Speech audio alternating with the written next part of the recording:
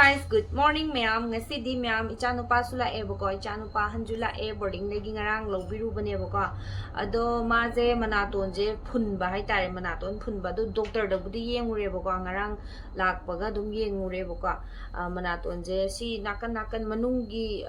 kaino je ahobodo nakan nakan da suaina phunjan ba hai tare duga so homba kha wa hai tare adu dugi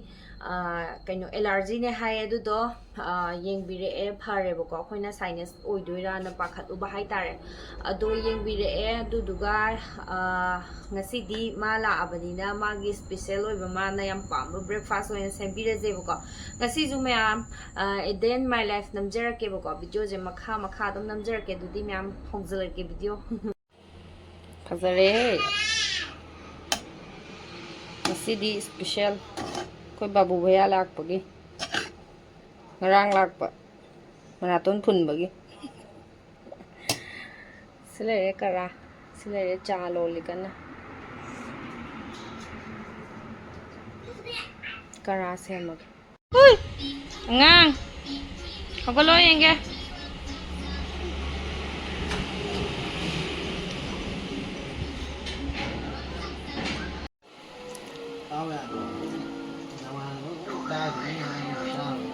Daging mai dan beri data karena ni.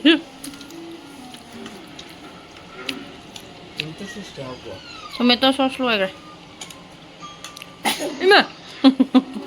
Turu yang tumu ko tengah ada yang.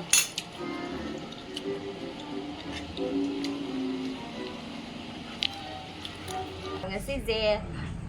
yum zaninge boga yum chutninge aduna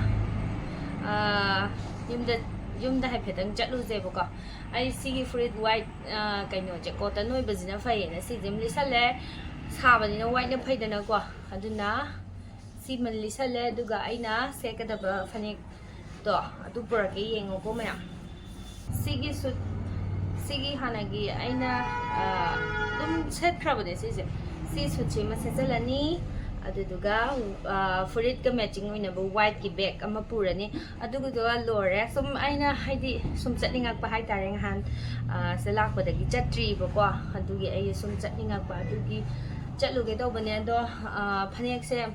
purakada bane ba ko ai ge ada purakada do ai ne ngai ba ngam da na ai oina chatlaga laurage to ba ine dagi adugi ne myam dum mathang namjarake angang macha ga chatke ngan macha ga koi chat ke koi hai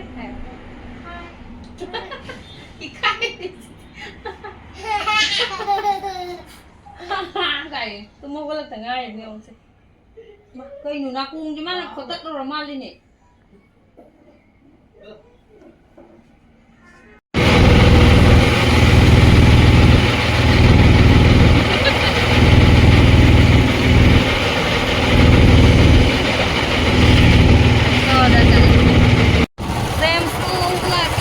yum yore khubung naba di nate kaino chaba thakpado khara yadabagi kaino tawba hidak kappa vitamin la kaino khangdi injection khara kap injection kaino kali sakhawgi adagi kaino antibiotic adagi kaino gel ko yumda halae duduga haiku je achar semgena maru lokthoni khujindaga loin change tawrise khuttu e duduga athumbodo adudo semaga chagena ne kaino tawmine maru lokthomine hauji aduduga panipuri chajena hainare aduna panipuri amuk semnaba hogatle thau haijalle hauji panipuri je yumda semaga chabana hawebako yam seng na harabada panipuri ahawbuze laiteba swaida amta haitare adum sigi ready to eat oiba kaino je panipuri gi packet che sije toraga semaga cha doine bako ai sema age dum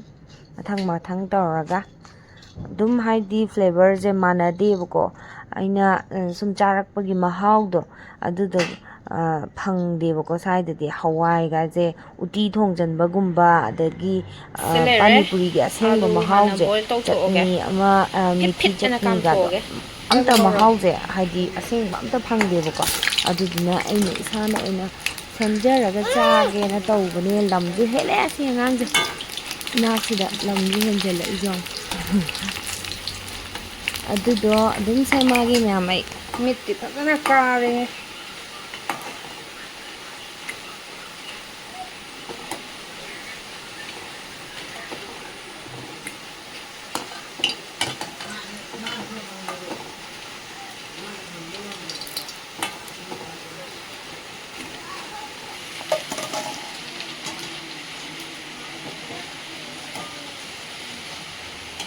Ôi. Udah. 야할라지야 그냥 야매봐 나트라 실례래 ꯐꯗꯤꯒꯣꯝ ꯍꯥꯞꯄꯦ ꯇꯤꯜꯍꯧ ꯍꯥꯞꯄꯦ ꯊꯨꯝ ꯈꯔ ꯆꯥꯏꯁꯜꯂꯦ ꯃꯣꯔꯣꯛ ꯃꯆꯨ ꯈꯔ ꯍꯥꯞꯄꯦ ꯑꯗꯨꯒ ꯌꯨꯝꯒꯤ ꯇꯛꯈꯥꯏꯕ ꯃꯣꯔꯣꯛꯇꯨꯁꯨ ꯈꯔ ꯍꯥꯞꯄꯦꯕꯀꯣ ꯑꯗꯨꯒ ꯕ꯭ꯂꯦꯛ ꯄꯦꯄꯔꯒ ꯍꯥꯞꯄꯦ ꯁꯤ ꯇꯣꯈꯥꯏꯔꯅꯤ